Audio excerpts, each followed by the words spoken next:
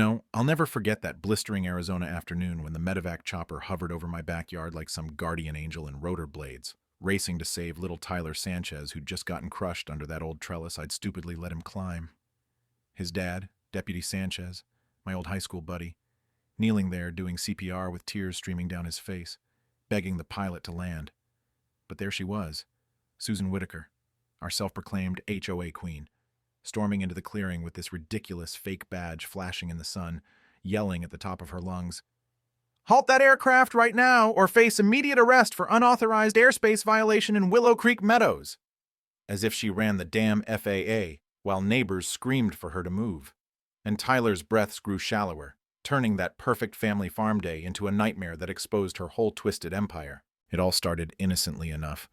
About 4 months back, on a quiet Wednesday morning, me out in the veggie patch with my kids, Alex and Sophie, watering the zucchini Emily had planted before the cancer took her too soon. God, she loved that garden, always saying it'd keep us grounded after she was gone.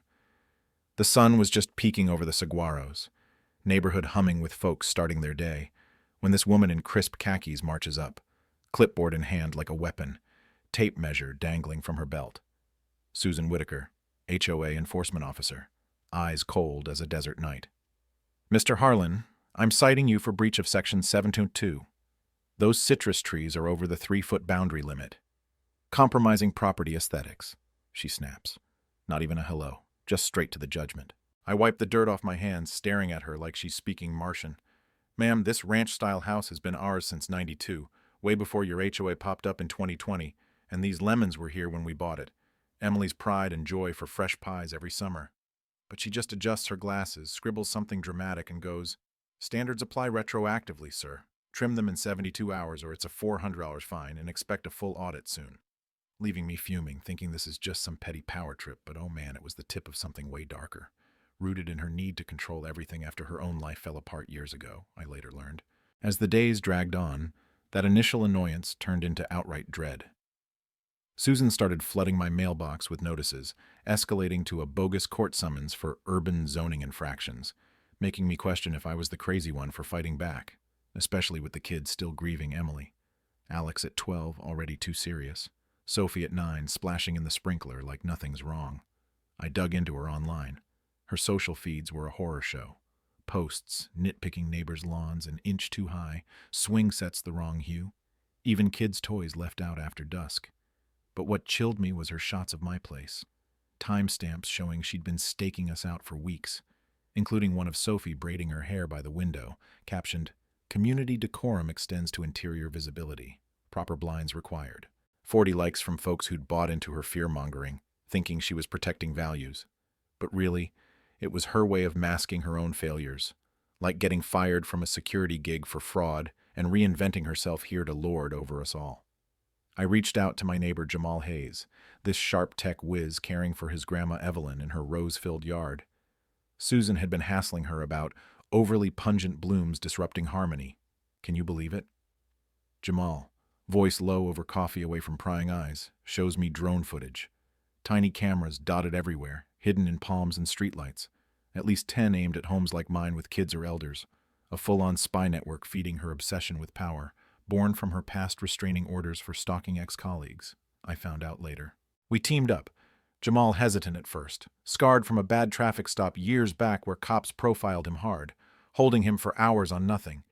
But when he saw that camera in my mesquite tree overlooking Sophie's room, weathered like it had been there months, watching her sleep, he snapped, "This ain't about rules, Mike. It's predation, and I can't let that slide, not with kids involved." We mapped it all. Her system targeted dissenters, families who'd questioned fees, the elderly like Evelyn she could bully into compliance, pure manipulation to embezzle dues through fake bills, using her mom Agnes, the sweet but clueless HOA treasurer, as a front. I confided in Deputy Sanchez, showing him the evidence. He whistled low. "This is felony territory in Arizona, Mike. Each cam's up to 8K fine, jail time. But Susan's greased palms with local bigwigs. Donated to the sheriff's fund. Volunteers for the mayor's galas. We need airtight proof." Then came her email blast to the whole block, painting me as a safety hazard, with doctored pics of my chaotic garden, urging reports of my suspicious nighttime walks, turning neighbors wary, Kids at school whispering to Alex we might get run out, breaking my heart as I hugged him, echoing Emily's words. The tough path is usually the right one, son. Hiring PI Dave Larson was my game changer. He calls 3 days in. Sit tight, Mike. Your HOA boss is Carla Rossi in disguise. Changed her name after tanking a job selling phony clearances that led to a heist. Files showed her history. Harassment suits from old bosses. Obsessive surveillance to ruin lives, all stemming from a bitter divorce where she lost everything, channeling that rage into HOA dominance. Worse, she'd siphoned 28K from funds via Agnes's accounts, her own mother none the wiser, thinking she was funding consulting work. I confronted Agnes gently over the phone, her voice trembling. I've enabled her too long, Mike, hoping love would fix her mess. Tell me how to help. With her records, we had embezzlement proof, but Susan upped the ante, rolling up with Victor Langford, her chief security enforcer in a souped-up sedan mimicking a cop car, badge gleaming fake as his swagger, photographing my yard while she barked orders. Under HOA mandate, we're assessing threats, Victor booms, but up close his uniform's a thrift store mashup, motive clear. Victor, a washed-up guard with delusions, fed her ego for a cut of the scams. The boil-over hit at our community garden open house, meant to heal divides, folks milling about, kids learning composting, Tyler Sanchez scampering around till he begs to climb the old arbor for pics, and I nod distracted, not seeing the rot in the beams from seasons of monsoons. Crack. Down it goes. Tyler pinned, leg mangled, breaths ragged. Sanchez starts rescue breaths. 911 calls chopper ETA 6 minutes. Chaos as we clear space, but Susan bursts in, badge aloft. As duly appointed marshal of Willow Creek, I forbid this landing without clearance. Evacuate or be cited. Her eyes wild, driven by fear of losing control as our event undercut her narrative. Phones out, live streaming her madness. Save Tyler exploding online. Sanchez roars, "Move, you maniac, he's dying!"